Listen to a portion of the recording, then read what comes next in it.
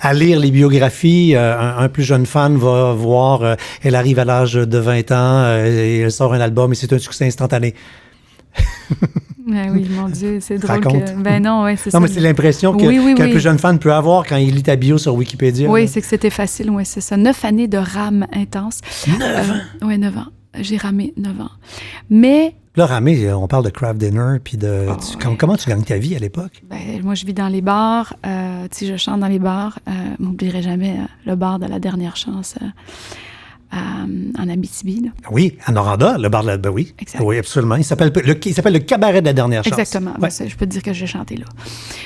Avec ma Lumina allumée parce qu'il faisait moins 49, puis que, tu sais, on avait le toaster dans la voiture, puis on dormait dans le char. Mm-hmm. Moi, ça, je l'ai vécu longtemps.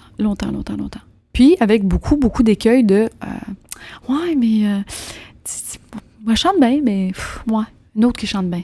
Tu sais, il y avait souvent ça. Pas beaucoup moins au Québec, là, mais en France, ça a été beaucoup comme ça. Il a vraiment Parce qu'à l'époque, tu n'étais qu'une voix puis que tu n'avais pas encore amené ton message? Non, je l'avais déjà fait, mais Okay. j'en parlais pas parce que moi, j'estimais que tu n'as pas à dire que tu as un nez entre les deux yeux ou au milieu du visage. Pour moi, chanter et écrire, c'était concomitant. J'ai toujours fait ça. J'ai toujours écrit les chansons que tu m'as entendu chanter depuis que je suis jeune. Donc, je pensais pas qu'il fallait le dire. Mais c'était les années Vanessa Paradis en France. Voilà. Où il y a eu une mode de chanteuses de Monaco et compagnie, des filles qui avaient des petits filets de voix. Oui. Des bonnes chanteuses, mais qui n'étaient pas des chanteuses à voix. Donc, de là, le nom voix. Mais en réalité, au Québec, quand tu étais chanteuse, t'étais chanteuse. Que tu étais Ginette, Céline ou Julie Mars et Joanne Labelle, on était des chanteuses. Il y avait personne là-dedans qui nous sous-qualifiait ou nous surqualifiait.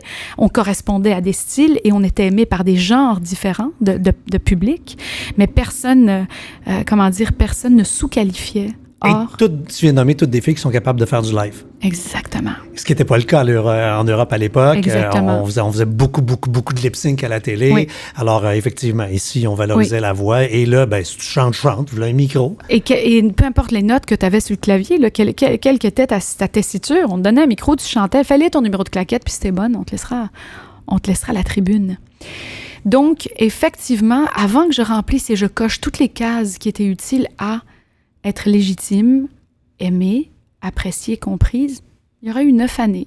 Et puis même lorsque la porte s'ouvre du succès, qui devient une sorte de raz-de-marée, moi, là, par contre, quand je suis passée Ça a décollé, c'est ça, en juin 97, là, il y avait certains journalistes qui disaient que j'étais comme la grippe espagnole, que même si tu voulais pas m'attraper, tu n'avais pas le choix. C'était la première pandémie.